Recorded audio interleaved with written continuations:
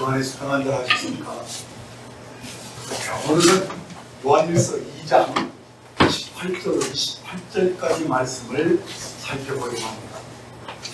18절 맨 앞에 아이들아로 시작되는 것을 보면 영적으로 초기 단계에 있는 분들에게 필요한 말씀으로 보입니다. 앞서 14절에서 아이들아 너희가 아버지를 알았으미요 라고 말씀을 하셨는데, 이제 여기서 이 말씀을 다시 확대하여 말씀해 주고 있다고 봅니다. 이 내용을 분석해 보면 크게 두 주제로 보입니다. 하나는 적그리스도에 관한 말씀이고, 다른 하나는 기름 부음에 관한 말씀입니다. 이 둘은 정반대의 말씀처럼 보이지만 실제로는 같은 주제입니다. 그러니까 우리에게는 아버지 하나님과의 사귐을 방해하고 우리의 성장을 가로막고 있는 적그리스도의 세력이 있음을 알려주고 있고, 다른 한편으로는 우리로 하나님 아버지와의 사귐이 계속 유지되고 성장할 수 있도록 우리에게 성령의 기름 부음을 주셨다라는 사실을 우리에게 알려주고 있습니다.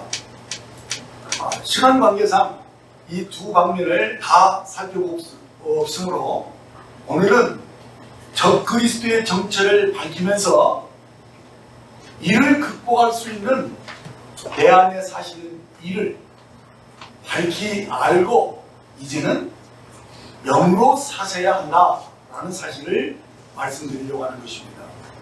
자, 그래서 오늘은 적그리스도 대 내 안에 사는 이라는 주제로 말씀을 살펴보고, 다음 주에는 성령의 기름 부음에 관하여 말씀을 자세히 나눌 생각입니다.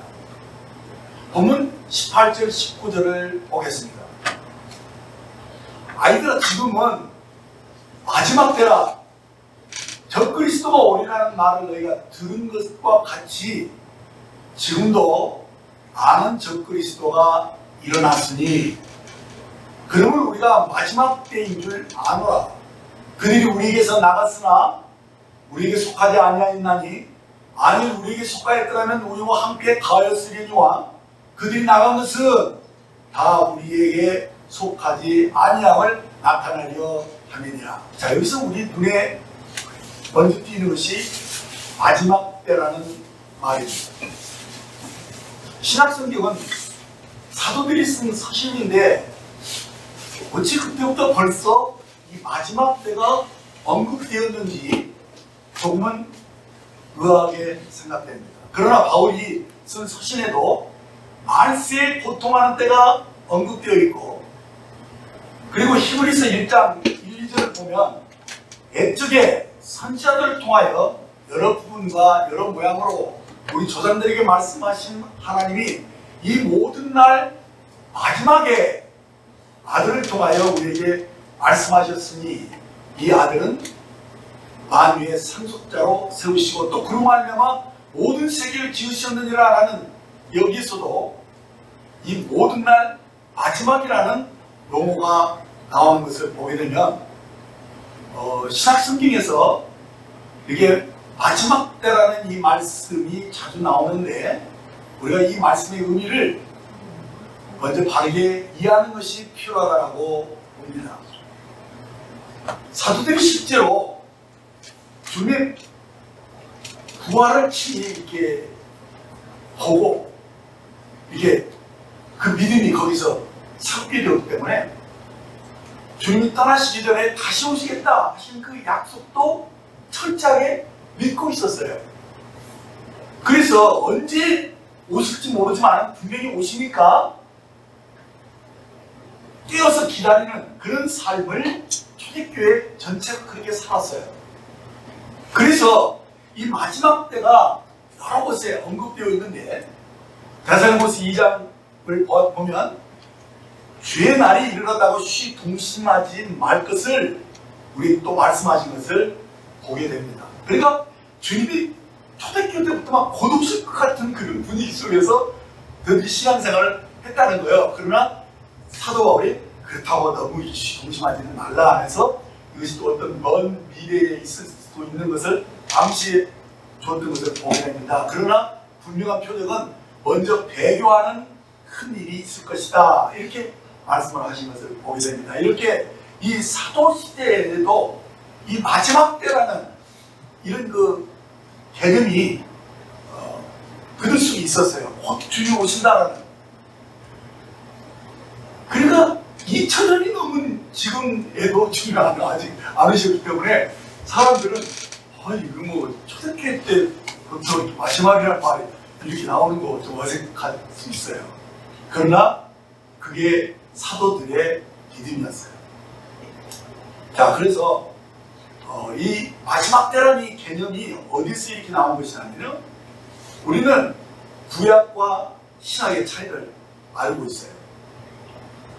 그러니까 구약은 메시아에 대한 그 애언이 약속되면서 언젠가 그분이 오실 것이다라는 것을 기다리는 그런 믿음이었다면 신약은 이미 오셨잖아요. 오시고 다시 주인이 오신다라는 사실을 인식하기 때문에 예수님이 오셔서 모든 구원을 완성하실 그때부터 주님이 다시 오시는 때까지가 사실은 모두가 다 말세로 여기는 거예요. 마지막 때로 인식하고 있었다. 이 사실을 우리가 기억해야 되는 것이다.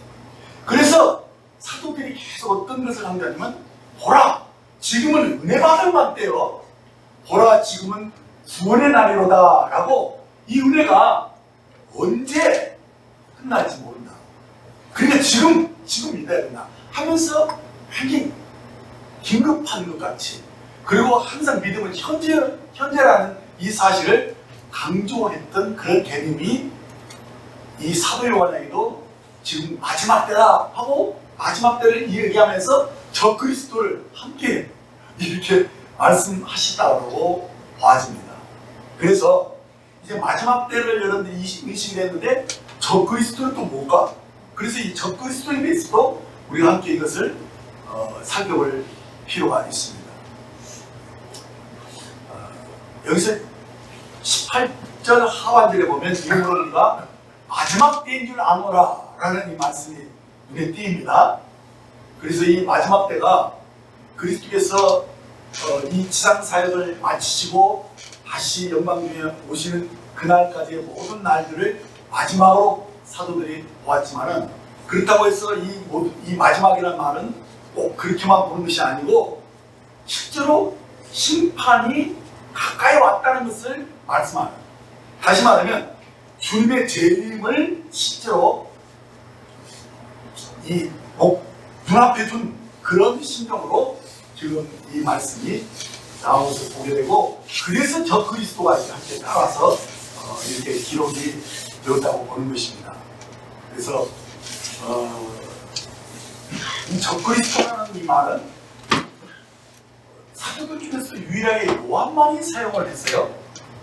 그렇지만은 다니엘서를 보아도 저 그리스도와 예언이 나오고, 사도 바울도 데살로니가서 2장에서 보면 저 그리스도를 멸망의 아들이다, 혹은 대적하는 자다, 그리고 불법자다, 이렇게 용어를 바꿔서 말했지만 실제로는 다 저 그리스도를 얘기하고 있는 것이죠. 베드로 후서 2장과 3장에서도 저 그리스도에 관한 활동이 아주 구체적으로 나옵니다. 계시록 13장을 보면 여기서도 저 그리스도라는 용어가 사용되지 않았지만은 분명 저 그리스도에 대한 묘사가 자세하게 나오고 있습니다. 자, 그렇다면 요한이 여기서 저 그리스도를 언급한 이유가 무엇인가? 18절을 다시 보면 아이들아, 지금은 마지막 때라, 저 그리스도가 오리라 하는 말을 너희가 들은 것과 같이 지금도 많은 저 그리스도가 일어났으니 이러므로 우리가 마지막 때인 줄 아노라, 이렇게 말씀한 것을 보면 그 당시에 이미 많은 저 그리스도가 있었다, 지금 활동하고 있다 라는 사실을 우리에게 알려주고 있죠. 자, 그렇다면 이 많은 저 그리스도는 과연 누구를 가리키는 것이냐, 그리고 도대체 어떤 일들을 하기에 이렇게 경계를 하는 것이냐, 이것을 우리들이 보게 돼요.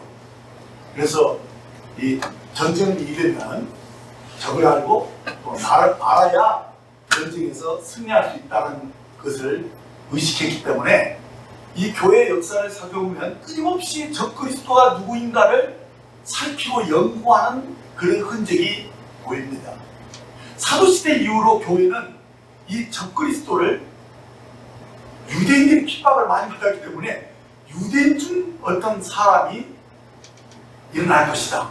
그래서 말세, 다니엘서나 이런 것을 보면서 그리고 예수님의 말씀을 생각하면서 말세에 예루살렘의 성전이 다시 재건되고 거기에 들어서는 이 놀라운 능력을 가진 이런 비범한 자가 법을 바꿔가면서 기독교를 핍박하며 많은 그리스도인을 잘못된 데로 인도하는 그런 적그리스도가 올 것이다 이렇게 생각을 했던 거예요. 그러나 그때 오시지 않았죠. 그 후로 이제 적그리스도가 꼭 유대인만은 아닌 것 같다라고 하면서 생각이 바뀌고 그러면서도 계속 긴장을 하죠. 교회가. 그래서 누군가 막강한 힘을 갖고 교회를 자기 마음대로 지배하면서 법도 바꾸고 하는 그런 군주와 같은 그런 사 중에 하나가 일어나지 않겠는가 이렇게 생각하는 이 중세시대의 천주교가 이렇게 모든 그 교회이기 때문에 그런 생각을 했어요. 그런데 그렇지 않았잖아요. 그러면서 이제 누터를 통해서 칼뱅이라는 사람이 종교개혁을 이렇게 일으키면서 야, 적그리스도가 누군 줄 아냐? 바로 교황 너야. 왜냐면 천주교가 교황을 높이면서 그리스도를 대신한 자처럼 이렇게 추앙을 하고 그가 말하면 말씀과 비슷한 어떤 권위를 주고 이렇게 하니까 굉장히 어그러졌잖아요. 심지어는 돈을 내고 동전소리가 따라만 나면은 그 소리를 들을 때 연호에서 정말 이런 황당무계한 말을 하고 그렇게 하면서 이 면죄부를 파는 그런 엄청난 죄를 지었기 때문에 누타나 이런 분들이 가만히 있을 수가 없었어요. 저게 적그리스도다. 이 교회를 다 말아먹는 놈들이다 하면서 강력하게 그런 규탄을 하고 종교개혁을 일으켰잖아요. 그렇기 때문에 이 종교개혁에 영향을 받은 개혁주 신학은 계시록을 연구할 때나 뭐 할 때나 전부 다 교황이 적그리스도라는 사실을 어떻게든지 증명해내는 그런 신학이 굉장히 많이 발달을 했어요. 그래서 나온 것이 이게 그 계시록에서도 이렇게 본 관점들이 틀리잖아요. 그래서 그들이 정말 성경은 사실 엉뚱하게 풀었죠. 그러나 어쨌든 그들이 말하는데도 어느 정도는 일리가 있어요. 그렇지만 그들이 말한 것을 다 수용하기는 어려워요. 왜냐하면 문제가 많이 드러났거든요. 그렇기 때문에 우리가 여기서 그러면 이 적그리스도를 왜 여기에 지금 기록을 했는가 할 때 잘못하면 엉뚱하게 이렇게 해석이 막 분분해진다는 것이죠. 그런데 이어지는 19절 말씀 보면 그들이 우리에게서 나갔으니 우리에게 속하지 아니하였거니와 만일 우리에게 속하였더라면 우리와 함께 거하였으리니와 그들이 나간 것은 다 우리에게 속하지 아니함을 나타내야 합니다 라고 지금 적그리스도가 누구인가를 말씀할 때 바로 저들이 복음의 진리를 거스리고 이제 사도들과 이 믿는 사람들과의 교통 안에서 함께 있지 못하고 엉뚱한 말을 해가지고 결국 그들이 쫓겨났든지 아니면 자기 무리들을 따로 이렇게 나가는 그런 일들이 실제로 요한시대 때 있었어요. 그래서 이들이 믿는 바가 서로 달라졌기 때문에 함께 교제할 수가 없게 되어 분리해 나갔다는 거예요. 그러니까 여기서 우리는 적그리스도의 그 무엇인가를 발견해야 되는 것이죠. 그래서 이들이 한마디로 말해서 결국 다르다는 거예요. 뭐가 다르냐? 믿는 게 다르다는 거예요. 그래서 애당초부터 그리스도에 속한 자들이 아니었다는 것이 드러나서 이 불법의 비밀이 드러났기 때문에 저들이 사도가 세운 교회에서 나간 거예요. 그래서 이단이 생긴 것이죠. 그래서 저들이 복음 진리를 왜곡시킨 자로서 우리가 믿는 바를 파괴하려고 거짓 이단의 가르침을 교회에 가지고 들어왔던 것이죠. 그래서 그렇게 우리가 말씀을 제대로 해석하는 것이 옳다는 얘기입니다. 그러나 아무튼 그렇다고 해서 제가 뭐 개혁주의자들이 교황을 적그리스도로 막 말하고 이렇게 그런 신앙을 이렇게 완성한 거 이런 것에 대해서는 그렇게 그래도 그 입장에서는 그럴 수 있었겠다 그렇게 이해는 해요. 그렇지만은 말씀을 우리는 바르게 해석해야 된다고 본 것입니다. 그래서 그 당시 이달의 이 가르침들을 미혹하는 자들로 지금 언급하고 있는 것을 볼 때 이 해석을 이 성경으로 돌아와야 된다고 생각합니다. 그래서 보면 여기서 보면은 지금 많은 적그리스도가 일어났으니라고 경고를 했고요. 여기서 우리는 그 해석의 실마리를 찾는 것이 옳다고 봅니다. 그래서 그 당시 역사를 보면은 요한의 때 그노시스와 세렌티안 그리고 도세티스트 같은 여러 이단들이 나왔는데 주로 이들이 주장하는 것은 뭐냐면 그리스도의 신성을 부인하거나 아니면 그리스도의 인성을 부인하는 그러한 이 이론들을 교회에 많이 이렇게 터뜨렸어요. 그게 굉장히 이 헬라 철학을 기반으로 했기 때문에 굉장히 이성적이고 논리적이기 때문에 어린 성도들이 예수님을 이렇게 사도들의 말을 듣고 예수님이 하나님 아들이구나 이렇게 했다가도 이 사람들을 만나면 이상하게 무너져버려요. 무너져버리고 그리고 막 여러분들이 어느 정도 알잖아요. 지금 이론론적인 그런 헬라 철학의 그 하기 때문에 신령한 것은 선하고 거룩한 것이지만 육체는 다 악하고 더러운 것이다. 이런 개념들을 가지고 성경을 보니까 어느 정도는 이렇게 해석이 비슷하지만은 결국은 진리에 이르지 못하는 그런 어려움들이 초대교회 때부터 있었다는 거예요. 그래서 이 사도 요한이 지금 적그리스도의 세력을 지금 들춰내려고 하고 있고 여기에 미혹돼서는 안 된다라는 사실들을 우리에게 말씀하기 위해서 오늘 이 말씀을 기록한 거예요. 자, 그래서 22절을 보시면 거짓말하는 자가 누구냐? 예수께서 그리스도의 심을 부인하는 자가 아니냐? 아버지와 아들을 부인하는 그가 적그리스도니라고 분명히 적그리스도가 누구인가를 이 말씀 속에서 밝히고 폭로했다는 사실입니다. 그러면 여기서 거짓말한 자를 지금 말씀했는데 이것은 누구를 얘기하는 것인지 여러분들 금방 떠오르잖아요. 누굽니까?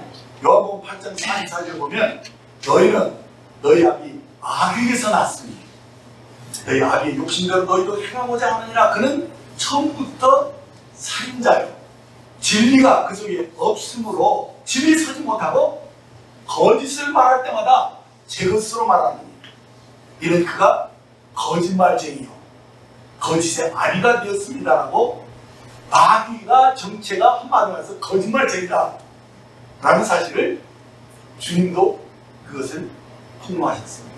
자, 그러면 그가 거짓말로 우리를 속이고자 하는 그 진정한 그건 무시하냐? 그게 뭐냐? 22절에 보면 예수께서 그리스도를 부인하는 자가 아니냐? 그러니까 거짓말을 하는 이유가 뭐냐?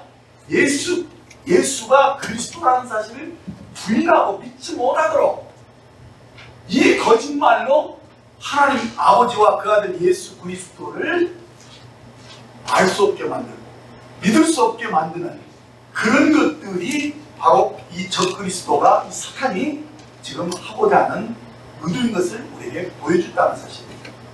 그래서 26절에서 너희를 미혹하는 자들에 관하여 내가 이것을 너희에게 썼노라 라고 이 요한일서를 기록한 이유를 말씀하고 있는 거예요. 그래서 적그리스도가 우리를 미혹하는 자라는 사실을 우리에게 분명히 보여주는데 미혹이라는 건 뭐냐면 교묘한 말로 하나님의 말씀을 어그러뜨리는 겁니다. 그래서 혹하게 해서 넘어지게 만드는 거예요. 자, 그렇다면 이 사탄이 이 마귀가 교묘한 거짓말로 우리를 속이려는 하는 목적이 무엇이냐? 요것부터 정확하게 파악할 필요가 있죠. 고린도서 4장 3절 4절을 보시면 아니 우리의 복음이 가려웠으면 망하는 자들에게 가려워진 것이라 그 중에 이 세상 신이 믿지 아니하는 자들의 마음을 혼미하게 하여 그리스도의 영광의 복음의 광채가 비치지 못하게 함이니 그리스도는 하나님의 형상입니다 라는 이 말씀 속에 놀라운 비밀들이 다 숨어 있습니다. 그렇습니다. 사탄이 지금 여기서는 뭘로 표현됩니까? 세상 신으로 표현됩니다. 세상에서 모든 영원한 것을 보여주고 자기 마음대로 세상을 막 움직이는 어떤 그런 절대적인 어떤 보이는 신으로 지금 여기서 와서 사람들을 미혹한다. 근데 결국은 어떤 거짓말을 하느냐? 그리스도가 하나님의 아들이라는 것, 하나님 형상이라는 것, 이 사실을 믿지 못하게 하는데 모든 힘을 쏟고 있다는 거예요. 그래서 결국 무엇을 어렵게 하느냐? 복음을, 어떤 복음을? 영광의 복음의 광채가 비치지 못하게 하는 거기에 이 세상 신으로서 마귀가 역사하고 있다는 사실을 우리에게 보여주는 것입니다. 그러니까 이 세상 신인 마귀가 감추려가는 것이 뭐냐는 거예요. 마귀가 다른 것은 다 허용해요. 다른 많은 그런 지식들도 다 알려주고 막 이렇게 하는데 내버려 두는데 딱 하나 결정적으로 저들을 딱 믿지 못하도록 만들어 묶어버리는 것이 뭐냐? 감추려는 것이 뭐냐? 그것이 바로 그리스도가 하나님의 형상이다. 마귀가 우리에게 감추려고 하는 것은 그 거짓말은 뭐냐? 그리스도가 하나님의 형상이라. 요것만큼은 절대로 보여주고 싶지 않아요. 그래서 영광의 복음을 많이 얘기하잖아요. 그런데도 사람들이 바로 그리스도가 하나님의 형상이라는 것을 잘 몰라요. 그냥 그걸 슬쩍 넘어가게 한 것은 다 마귀가 우리의 눈을 가리고 우리를 미혹하는 그 역사들이 그렇다는 것입니다. 그래서 이 복음의 핵심 진리를 믿을 수 없도록 마귀가 아주 여기에 집중한다는 사실을 우리가 인식을 할 때 그러면 우리들이 어떻게 해야 되느냐? 역으로 이 복음의 핵심이 바로 그리스도가 하나님의 형상이라는 말이구나. 우리가 바로 이 부분을 집중적으로 사람들에게 깨닫도록 하고 그것을 밝히 볼 수 있도록 해주는 것이 바로 영광의 복음의 광채가 비치게 하는 것이구나. 그래서 눈을 뜨게 하고 귀가 열리게 하는 그 초점이 어디 있느냐? 바로 그리스도가 하나님의 형상이라는 사실. 그 사실에 우리들이 초점을 맞춰야 된다는 거예요. 네. 그래서 우리들이 여기서 분명히 하는 것은 이 마귀가 아담이 딱 범죄하면서 어떤 일이 시작됐느냐? 사실은 아담이 하나님의 형상으로 만들어졌잖아요. 그러니까 아담이 하나님의 형상이라는 것은 아담을 통해서 하나님의 영광을 드리는 것입니다. 그런데 어떻게 합니까?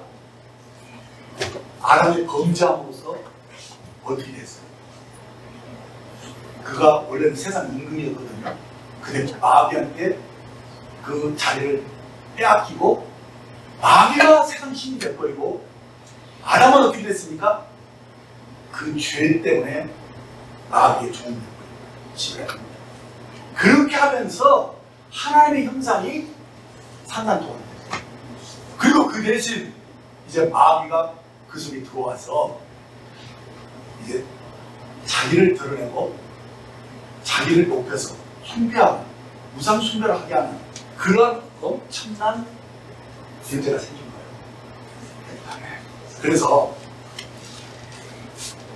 이 세상에 죄가 들어왔고 사망 권세가 모든 만물들, 사람뿐만 아니에요. 모든 만물들 거기에 가게 됩니다. 그래서 죽기를 두려워서 행복해 보여. 내에서 그렇게 살죠. 자, 이것이 바로 성경이 말씀하고 있는 내용이에요.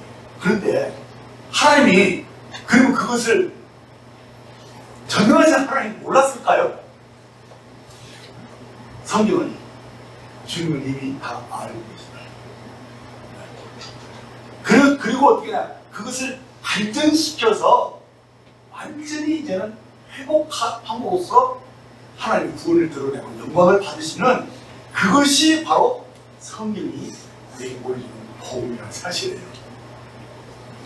네. 그래서 복음 진리는 바로 결국 뭘 얘기하려고 하느냐, 바로 하나님이 그리스도를 통해서 하나님 형상을 다시 드러내고 회복하고, 그것이 우리의 구원의 초점이 거기에 맞춰져 있다는 사실을 알아요.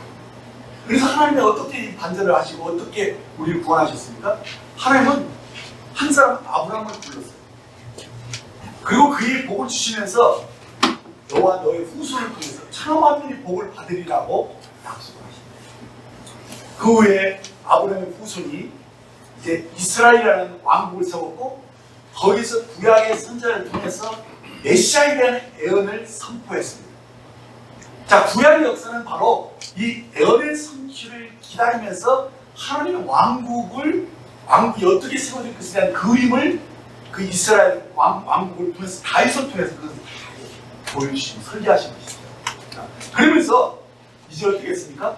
때가 참에 바로 예수님이 여자에게 나시는 겁니다. 자, 여기서 신학이 시작되는 것이죠. 그러면서 주님이 어떻게 했습니까? 이제 우리 죄를 위해서 십자가에 죽으시고 부활하시고 승천하시고, 그리고 이제 성령님이 오시는 이것을 통해서 우리 모든 구원과 이 모든 것을 온전하게 이루신 거예요. 그래서 주님이 십자가에서 다 이루었다 하시고, 실제로 부활하시고 성령이 오심으로써 그것이 다 인쳐진 것입니다. 그러면서 그때부터였습니까? 그 이름을 부르는 자마다 구원을 받는. 그래서 보라 지금이 구원의 날이다 이렇게 말하는 그 말씀이 사도들의 말씀입니다. 그래서 사도들은 사도들을 통해서 이 복음을 듣고 그리스도가 하나님의 형상이라는 사실을 깨우칠 때, 곧 다시 말하면 그리스도가 하나님의 아들, 살아계신 하나님의 아들이라는 사실이 우리 마음속에 팍 믿어질 때, 그가 하신 모든 일이 우리에게 효력으로 역사되는 것이죠. 아멘. 그것이 바로 성경이 말씀하고 있는 구원을 말씀하는 것입니다. 그래서 바로 이 복음이 죄로 인해서 끼어진 하나님의 영광을 그 아들 예수 그리스도를 통해서 하나님의 친히 회복하시는, 이것이 바로 성경이 말씀하고 있는 기쁜 소식이라는 것입니다. 그래서 사탄은 예수님이 하나님의 참 형상인 것을 어떻게든지 간에 감추고 이것을 믿지 못하게 하려고 하고 있다는 거예요. 왜냐하면 사람들이 예수 그리스도가 하나님의 참형상을 깨닫게 되면 아주 그 사람에게 놀라운 변화가 일어나거든요. 구원뿐만 아니라 그 사람의 회복까지, 영혼 몸이 완전히 회복되어서 정말 오히려 마귀를 오히려 다 지배하고 굴복시킬 수 있는 커다란 권세가 주어진다는 사실을 마귀가 어느 정도 알았던 거예요. 그래서 어떻게든지 간에 예수님이 하나님의 참 형상이라는 사실을 믿지 못하도록 어떤 방법을 섭리했으니, 그래서 교회 역사를 보면 계속 이것을 뒤틀어 놓는 거예요. 그냥 많은 신학의 이론가 있어도 결국은 요것을 흐리게 하고 잘 보지 못하도록 하는 것이 이 마귀의 일이었다는 사실입니다. 그래서 이제 그러면 어떻게 이 구원이 우리에게 이루어진 구원이 어떻게 우리에게 회복이 일어나고 어떻게 되는 것이냐, 그것을 지금 이 말씀 속에서 다 꺼내서 볼 수가 있습니다. 다시 한번 보면은 22절 23절을 보시면 거짓말하는 자가 누구냐? 예수께서 그리스도이심을 부인하는 자가 아니냐? 아버지와 아들을 부인하는 그가 저 그리스도니, 아들을 부인하는 자에게는 또한 아버지가 없으므로 아들을 시인하는 자에게는 아버지도 있느니라. 이 말씀을 통해서 복음이 큰 정리가 됩니다. 그래서 아니 거짓말이 무엇이냐?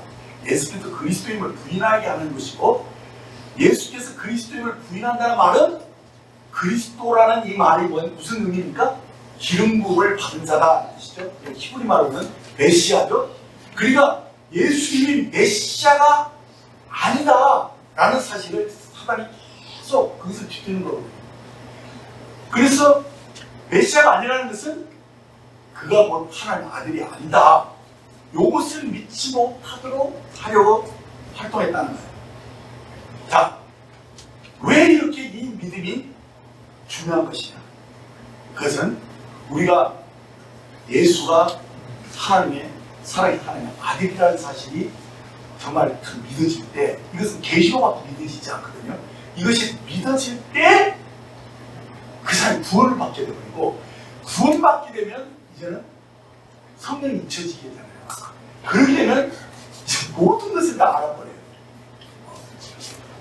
그러니까 언제 우리들이 구원에 확신이 되면서 눈이 확 열리고 성령이 우리에게 오시느냐? 바로 예수님이 하나님 아들이라는 사실이 참으로 성령의 은혜로 믿어질 때 이 놀라운 역사가 일어난다는 거죠. 그래서 모든 그 성경의 이 기록은요, 그래 특히 요한복음 20장 31절에 보면 뭐라고 그러냐면, 오직 이것을 기록하면, 그러니까 주님이 하신 행사들이 무지하게 많잖아요. 근데 요한복음에서 요거 몇 가지만 다 추려가지고 정리를 했잖아요.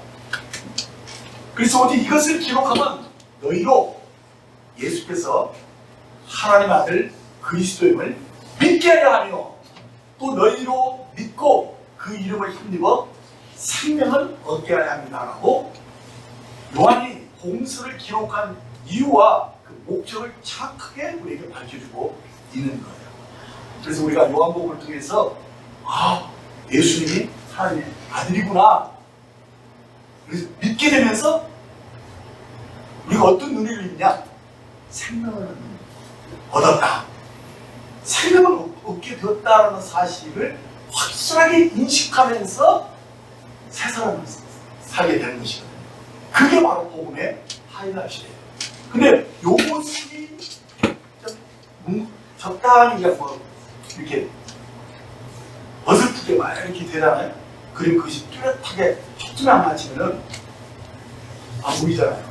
안 보이고 빗나가야 될 것 같기 때문에 바로 이 부분에 우리들이 사람들에게 말씀을 전하거나 이렇게 상담을 할 때도 이 부분에 이 초점이 딱 맞아서 딱 정확하게 계시로 오시면 믿으실 수 있도록 우리가 그렇게 사역을 해야 한다는 사실을 깨닫게 되는 것입니다. 그래서 우리의 믿음의 핵심 이 키워드가 뭐냐? 바로 십자가의 죽음이잖아요. 근데 많은 사람들이 십자가의 죽음을 얘기하고 믿는다고 말하는데도 구원의 확신을 못 가는 사람이 참 많아요. 그럼 왜 그러는 것이냐? 그것은 바로 예수님이 하나님의 아들이라는 이 사실이 성령의 계시로 믿어지지 않았기 때문에. 그러니까 그분이 하나님의 아들이라는 것을 진정으로 고백하기 전에는 그분의 죽음이 사실 헛된 거예요. 뭐 주님 죽었다고 해도 자기 죄가 어떻게 확실하게 해결됐는지를 실제는 안 믿는 거예요. 그런데 언제 믿게 되느냐면 정말 그분이 하나님인데 사람이 되어서 우리를 위해서 죽었다. 그래서 우리의 모든 죄가 영혼까지, 과거, 현재, 미래까지, 아직도 짓지도 않은 죄까지도 영원한 속죄가 되어버린 이 사실이 그 마음에 확 들어올 때 그때 믿어지는 거예요. 저도 사실은요, 어느 때 확실하게 거듭나냐면요, 영원한 속죄가 믿어졌어요. 근데 영원한 속죄가 그가 하나님의 아들이라는 사실이 확실하게 깨닫기 전에는요, 그것이 이렇게 결부가 안 돼요. 믿어지지가 않는 거예요. 그래서 주님이 다 이뤘다 그래도 뭘 이뤘는지 사람들이 그냥 대충 아는 것이지, 그냥 지식하고 계시로 된 믿음하고 틀린 거죠. 자, 그래서 이것이 이렇게 우리에게 중요하다는 사실을 여러분들이 인식을 하시고 이 말씀을 여러분들이 들으시면 훨씬 더 사업이 되는 것입니다. 그래서 주님의 모든 이 말씀과 이 사역의 초점이 다 어디에 있느냐면요, 바로 예수님이 하나님 아들이라는 사실을 확실하게 사람이 믿어지게 하는 것. 그리고 그것이 믿는가? 이것이 전제되어 있는 거예요. 그래서 주님이 예루살렘에 가시면서 가이사라 빌립보에 이르렀을 때 제자들이, 야, 사람들이 인자를 누구라고 하느냐, 이게 누구시는 거예요. 왜냐면 사람들이 아직도 자신을 하나님 아들이라고 믿지 않는다면 그 죽음은 사실은 그들에게는 아무 필요가 없이 되는 거예요. 그렇게 물으니까 뭐 세리 요한이니 뭐 엘리야니 뭐 에레미야 예수님이 막 눈물도 많이 흘리시고 이러니까 선지자 중에 하나 정도로밖에 안 믿는 그것을 보시면서 굉장히 좀 마음이 언짢으셨을 텐데, 그러면 너희는 나를 누구라 하냐 하는데, 그때 베드로가 놀라운 고백을 하잖아요. 주의 그리스도의 살아계신 하나님의 아들입니다. 이 고백을 했을 때 주님만 너무 기뻐하셨어요. 하여나 시모나, 내가 보니 이를 알게 한 것이 편익이 아니라 하나님 아버지다. 이러면서 내가 이제는 너를 베드로라 하겠다. 이 반석에 내가 교회를 세우겠다. 눈물이 번세가 이 교회를 잊지 못한다. 막 주님이 너무너무 그야말로 흥분하신 모습으로 이렇게 하시면서, 바로 그래도 제자들이 하나님 살아있는 하나님 아들이라는 사실이 지금 믿고 있잖아요. 그리고 그것을 아버지가 알게 하셨다는 이 사실 때문에 주님이 이렇게 막 흥분하십니다. 그리고 나서 예루살렘에 올라가셔서 십자가에 지시고 채찍을 맞으시면서 그걸 다 전승을 다 이뤘다 하시는 그 놀라운 복음의 사역을 완성하신 것이 아니겠습니까? 그래서 그러면서 이제 정말 우리들이 믿음의 확증이 어디에 오냐면요, 주님의 부활이 진짜 믿어져야 돼요. 왜냐면 주님이 아무리 죽었다고 해도 주님이 다시 살아나는 것이 믿어지지 않으면 그게 하나님 아들이라는 사실에 대해서 정말 그 사람이 확실히 믿었는가 의문이 되잖아요. 그러니까 저는 그냥 그 영원한 속도를 알면서 막 이미 막 부활 같은 것도 막 알았지만, 아무튼 간에 그때 생명이 나를 사도하고 내 안에 주님이 오셨다는 사실이 확실하게, 그게 생명이거든요. 이 생명의 경험이 없으면 그 사람은 그리스도인이 아니에요. 예수님이 정말 살아계신 하나님의 아들이라는 사실이 그 마음에 믿어지는 그것을 통해서 성령이 오시거든요. 그렇기 때문에 이 부분이 얼마나 중요한 것인지를 마귀가 알고 사도들이 알았던 겁니다. 그 우리도 그거 알아야 된다는 사실이죠.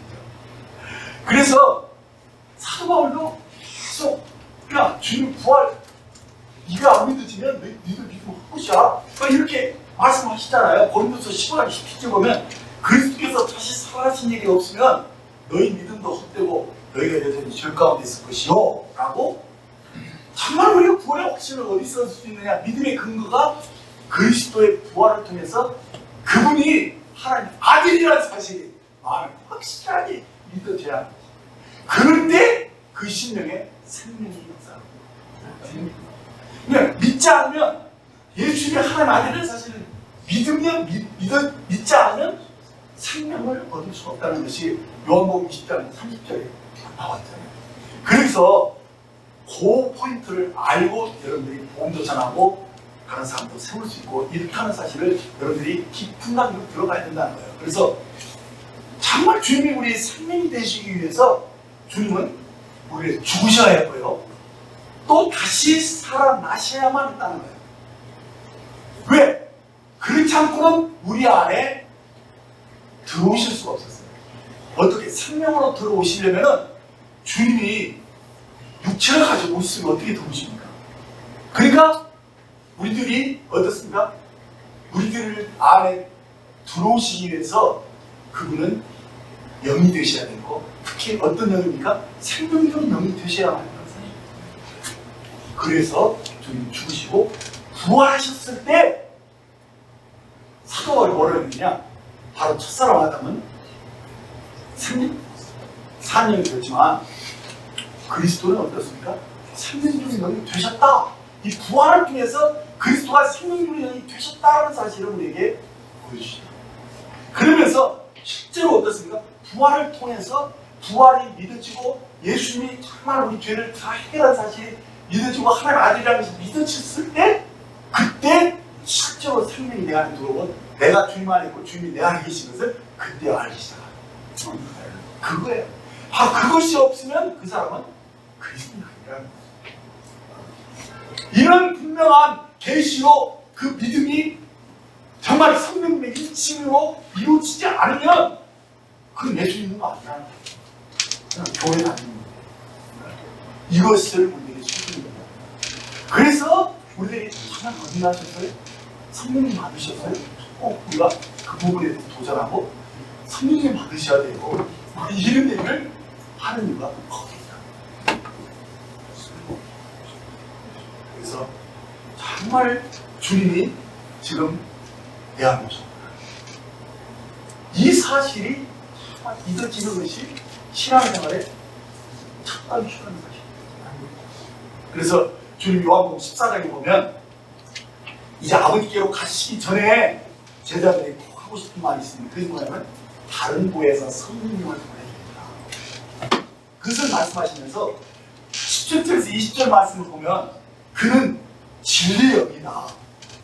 세상은 너희 그를 보지 못하나 그를 보지도 못하고 알지도 못하지만 그러나 너희는 그를 아나니 그는 너희와 함께 거하시며 또 너희 속에 계시겠습니다. 내가 너희를 고아와 같이 버리지 아니하고 너희에게로 오리라. 조금 있으면 세상이 다시 나를 보지 못할 것이로되 너희는 나를 보리니 주의 부활을 얘기하죠.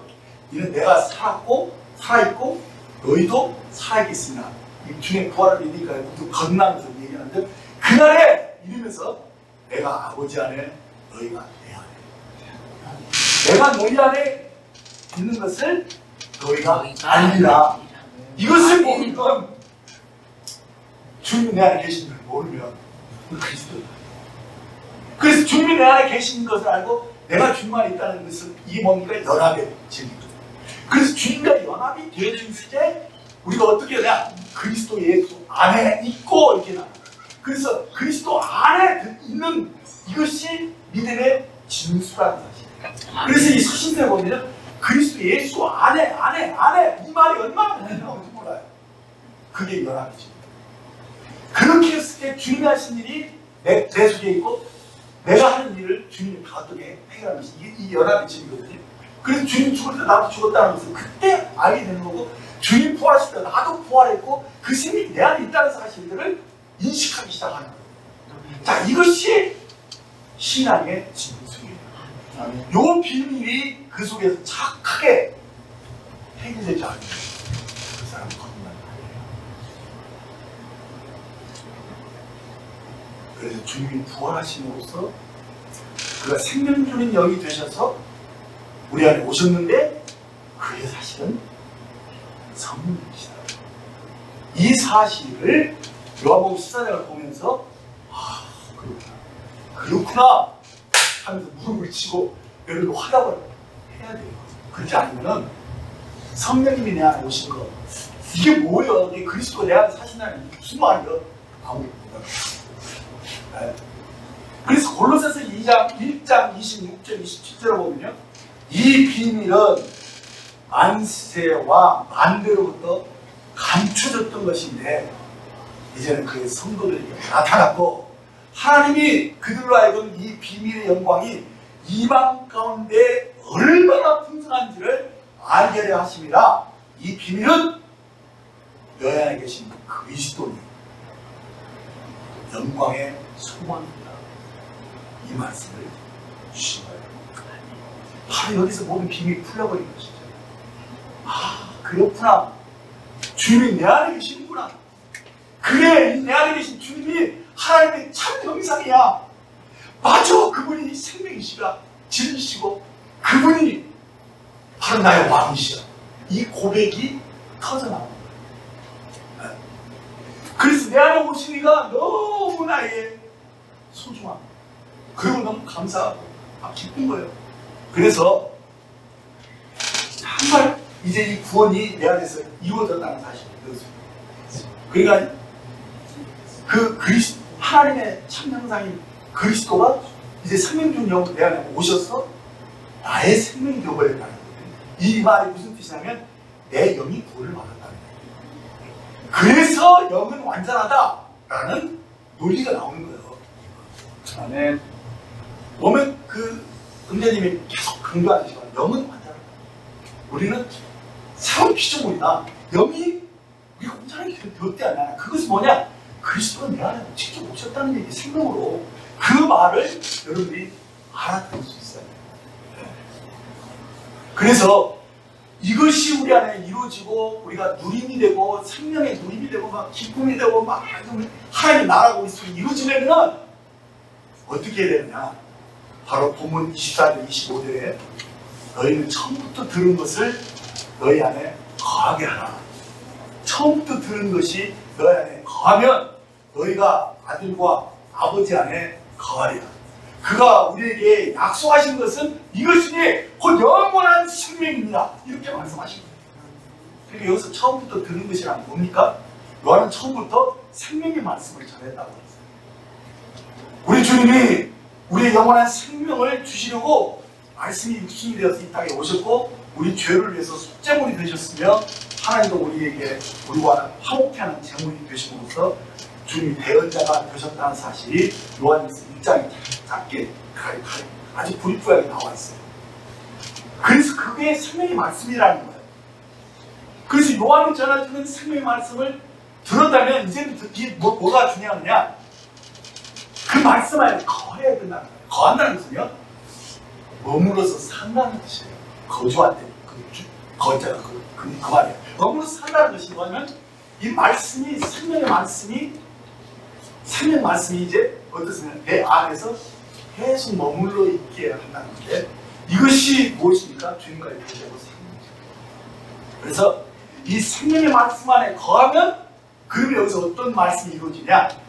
너희가 아들과 아버지 안에 거하리라. 이때 비로소 연합의 진리가 성립되는 거예요.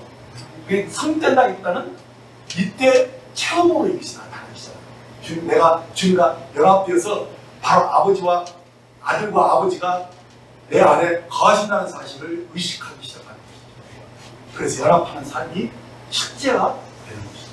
그래서 우리에게 약속하신 것은 다른 것이 아니에요. 영원한 생명을 약속하신 거예요. 다른 데서는 영생으로 줄여서 이 얘기를 나오지만은 사실은 다 원어로 보면 조회로 나와 있어요. 그러니까 요한이 강조한 것은 무려 4번이나 아니 영원한 생명까지 말하면 5번, 6번씩 강조한 것인데 그것이 뭐냐면은 바로 영생이 우리에게 있다. 이 사실을 깊이 인식하도록 우리에게 여러 번 반복해서 말씀을 한 거예요. 요한일서 5장 11절을 보면 또 증거는 이것이니 하나님이 우리에게 영생을 주신 것과 이 생명이 그 아들 안에 있는 그것이니라 이렇게 말씀해 주고 있잖아요. 그리고 이어지는 13절에 보면 내가 하나님의 아들의 이름을 믿는 너에게 이것을 쓰는 것은 너희로 하여금 너에게 영생이 있음을 알게 하려 합니다 하고 이 본서신을 기록한 이유도 딴 게 아니에요. 우리에게 영생이 있다는 사실을 확실하게 우리에게 인식하고 믿게 하려고. 자, 왜 이렇게 요한이 영생이 우리에게 있다는 사실을 강조하고 또 강조했느냐? 그것이 오늘 말씀의 결론입니다. 우리 믿음 생활은 우리에게 영생이 있음을 아는 것으로 시작됩니다. 많은 이들이 아직도 영생을 우리가 죽은 후에 들어가는 것으로 생각하는 것입니다. 안타깝죠. 그래서 영생은 구원이라고 이렇게 막연히 알기는 알아요. 아는데 죽어서 하는 것으로 생각합니다. 그게 아니에요. 영생은 단지 영원히 죽지 않는 생명을 가리키는 게 아니라 우리가 하나님의 생명을, 조의 생명을 우리가 받았다. 이 생명은 아들 안에 있는 생명이고 이 생명은 하나님 아들 예수 그리스도를 믿을 때 우리가 받게 되는 생명이다. 이 사실을 요한이 이렇게 강력하게 주장하고 그래서 아들이 성경에서 누구라고 말씀했느냐, 그것이 복음의 키워드예요. 그래서 그리스도는 하나님이다. 요것이 정확하게 사람들에게 인식되고 믿어지게 하지 않으면 그건 봉자란 아니라. 교회 다녀도 100년 다녀도 성경 막 지식 많고 막 암송 막 수두룩이 해도 그것은 생명이 없어. 왜? 아들이 없어. 아들이 없는 데는 생명이 없고 그랬거든. 아들이 없는데 어떻게 생명이 있습니까? 그렇죠? 그것이 요한이 정말 시대를 기회해서 우리에게 알게 한 지혜를 사실이에요. 그래서 정말 이 진리가 이렇게 단순하지만 너무 중요한 진리인 거 참 감동이 됩니다. 그렇죠? 그런데 더 놀라운 것은 우리가 영생을 받았다는 거예요. 내 안에 하나님의 참 형상이신 아들 하나님이 내 안에 지금 살아계십니다 라는 사실. 그분은 말씀이 육신이 되어 우리 가운데 오신 하나님의 아들이죠. 그분이 우리 위해서 죽으셨고 다시 살아나신 그분이 이제 생명력의 너머로 내 안에 오셨다. 그래서 내 안에 사시는 이가 누구냐? 나의 생명이다. 그것을 우리들이 고백하는 것이 신앙입니다. 그러면서 점점 어떻게 해야 되냐? 그분이 나의 신앙이구나. 더 나아가서 맞아, 그분이 나의 왕이야. 그래! 그러면서 그분을 즐거워하고 그분의 통치를 사모하며 노래하고 기뻐하는 단계로 들어갑니다. 우리는 여기서 그리스도 예수 안에 있는 나의 정체성을 정확하게 알기 시작하는 거예요. 내 안에 계신 그리스도가 바로 내 영이요 내 생명이다. 나의 정체성이다. 이 사실을 인식합니다. 고린도서 1장 30절을 보면 너희는 하나님으로부터 나서 그리스도 예수 안에 있고 예수는 하나님으로부터 나와서 우리에게 지혜와 의로움과 거룩함과 구원함이 되셨으니라고 말씀하고 있습니다. 그렇습니다. 말씀으로 거듭난 우리는 하나님의 자녀로서 그리스도와 똑같은 생명으로 태어났다. 그래서 내 영 안에는 주님의 지혜와 의로움과 거룩함과 구원함 똑같이 생명으로 있다. 이것이 우리의 정체성입니다. 그래서 너무나 쉽게 우리 이게 말하면 내가 영생을 받았다 이렇게 말을 하고 웬만한 사람은 다 영생을 받았다고 말을 하는데 그 의미가 무엇인지를 모른다면 누릴 수가 없는 거예요. 내가 영생을 가졌다는 것은 이제 내 생명이 그리스도와 똑같은 생명으로 내가 소유하고 있다. 그렇게 의미 있게 그것을 믿어야 돼요. 그냥 막연히 내가 영생을 얻었다. 그것은 뭐 죽어서 천당 갈 수 있는 무슨 그것을 받았다. 이렇게 이정수로 하면은 그 신앙생활 그 수준으로밖에 못하는 거예요. 그래서 여기서 분명하게 나의 정체성을 잘 깨달은 사람은요, 이제 어떻게 되느냐? 삶이 확 바뀌어요. 그래서 그렇구나. 이제 더는 내가 속지 않겠다. 마귀 지금까지 속아왔잖아요. 이제 더는 어떻게 되느냐?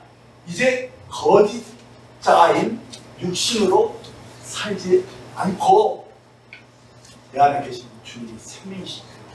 이 생명으로 살겠다라는 아주 기본적이면서도 중요한 이 진리를 이제는 확실하게 인식하고 그것을 누리기 시작한다는 사실이에요. 그래서 그냥 어떤 지식이 들어서 하는 지식이 아니라 이것이 참마음으로, 이 영으로 하는 뜻이죠. 참마음이라는 것은 영이라는 뜻인데 영으로 그것을 아는 거예요. 주는 나의 생명이라는 영으로 알기 때문에 이제 어떻게 했냐, 이 생명으로 살겠다라는 마음의 변화가 확실하게. 우리 인간의 자유는 굉장히 중요해요. 내가 내 영으로 주님으로 살겠다 딱 마음이 정해지잖아요. 그러면 어떤 것이 따라오냐니까, 그래서 내가 부인되게 내가 죽는 것이 나에게 유익이 되겠구나. 그래서 십자가에서 우리 죽었다 할 때 지식으로 되지 않고 맞아, 나는 죽었어. 이러면서 지식이 아니라 자기 체력으로 그리고 자기 영으로 죽는 것이 내 오히려 유익하다는 것을 아는 거예요. 그래서 뭐 할 때 우리들이 가끔 육신이 톡 튀어나오고 하잖아요. 그렇죠? 내 욕심과 욕망이 이렇게 보이는 대로 막 이런 것들이 막 나올 때 나는 죽은 거야. 내 사람이 죽었어. 그리고 내 안에 주님이 사시잖아. 이것을 의식적으로 떠올리는 거예요. 이게 믿음이거든요. 이게 믿음. 그러면서 이제 정말 신령과 진정으로 예배자가 되는 거예요. 영으로 주님을 아니까. 그래서 거기서부터 뭡니까? 나는 이 엄청난 생명을 받았어. 이 생명은 완전한 그리스도의 생명은 똑같은 생명이 내 안에 있는 거야. 그러면서 새 피조 노래 진리도 믿어지는 거야. 처음에 그냥 이런 지식이 없으면, 배경이 없으면 새 피조로 되는 이전 것을 제가 완전히 그리스도와 똑같다 이런 말 하면 좀 황당하게 들리는데 이제 이것이 그냥 누가 뭐라 하든 믿어지는 거예요. 마음에 맞아. 나는 새로운 피조물. 이런 걸 다 지나갔어. 이제 나는 육신으로 살 수 없어. 나는 이제 영으로서 생명으로 사는 사람이야. 이것에 대해서 정체성이 아주 합당한 그런 삶이 자연스럽게 나온다는 거예요. 그래서 나는 이제는 내가 아니야. 요 간증을 정확하게 하지 않는 그 사람은 의심하고 있어요. 그래서 이것이 정리가 안 된 사람들은요, 거짓자, 자아의 육신이잖아요. 이 세상에서 막 살았을 때 이미 뇌에 많이 그냥 기억도 들고 그런 막 그 상처나 막 이런 것들이 몸에 쩌들이 있는데 거듭나도 몸은 안 변했거든요. 뇌는 안 바뀌거든요. 그래서 그냥 거듭나고 또 여전히 이전에 산 방식대로 막 살게 돼버리는 거예요. 그래서 막 욕도 막 나오고 어떨 때는 막 지금 막 내가 막 나와가지고 막 날뛰게 되는데 이거 아닌 것 같아. 뭔가 혼란스러운 거예요. 그래서 어떻게 나요? 내가 영생을 얻었다라는 이것이 뭐냐면 내가 내 생명이 이제는 육신에 있지 않고 육신으로 살아서 안 되는 사람이고 나는 이제는 내 안에 생명으로 사는 사람이야. 그래. 그래서 이제는 내가 나서면 안 돼. 이제 나는 죽었어. 맞아. 내가 죽는 것도 내게 유익한 거야. 그래서 자기를 의도적으로 부인하는 거야. 그래서 자기를 부인하고 자기 십자가를 지고 나를 쫓지 않으면 내게 합당치 않다는 말이 이게 무지하게 어려운 말이거든요. 근데 그것이 자연스러워. 그래서 내가 육신으로 살지 않고 이제는 영으로 사는 자야 라는 고백을 해요. 그러면서 갈라디아서 2장 20절이 참 크게 알게 됩니다. 너무 유명한 말씀이기 때문에 뭐 설명을 안 하겠어요. 그냥 같이 읽어도 그냥 맞아. 우리 성처럼 돌아와버려요. 내가 그리스도와 함께 십자가에 못 박혀나니 그런데 이제는 내가 사는 것이 아니요. 오직 내 안에 그리스도께서 사신 것이라 이제 내가 육체 가운데 사는 것은 나를 살아가서 나를 위하여 자기 자신을 버리시고 하는 아들을 낳는 믿음 안에서 사는 것이다 라는 이 고백이 저를 그래서 이제 내 안에 사시는 이로 살기 위해서 나 자신을 내는 겁니다.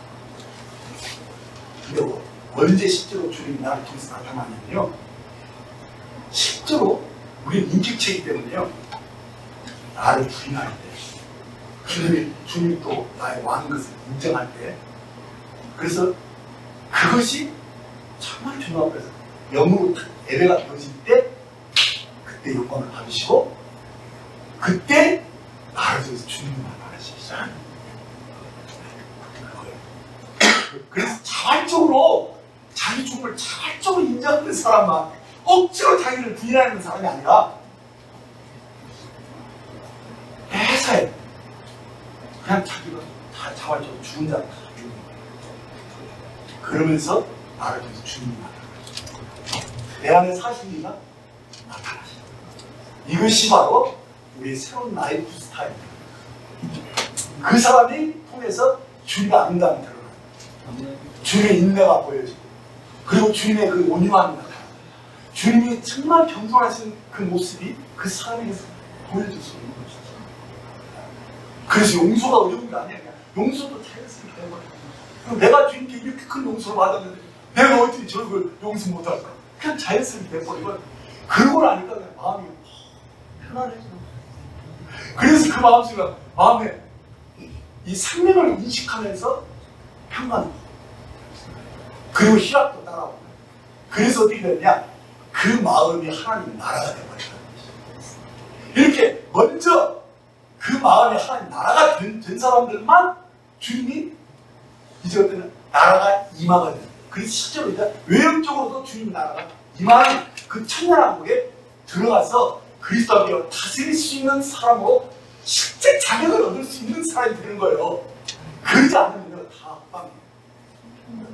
그냥 나 견중만 올리는 거고 그냥 아는 것 같은데도 결국은 내가 사는 거고 항상 자기를 자랑하고 자기를 드러내려고 하고 인정받으려고 하던 심지어는 은사 가지고도 막 자기를 인정해 주기를 막 원하는 것 때문에 추하게 보이는 거예요. 굉장히 조심해야 돼요.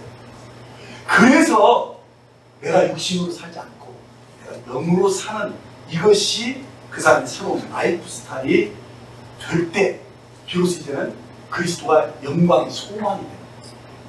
그 창자 주님 오실 때 내가 그리스도와 같아진다는 것이 그 소망이거든요. 근데 그것을 가진 영광의 소망이라고 하는데 그 영광의 소망이 되는 사람들이 이제 성령과 함께 좁은 길을 걸어도 밤낮 기뻐하게 되고 정말 순례자의 삶을 살아도 이제는 너무 즐겁고 자유로운 그런 해피한 인생이 시작되는 것입니다.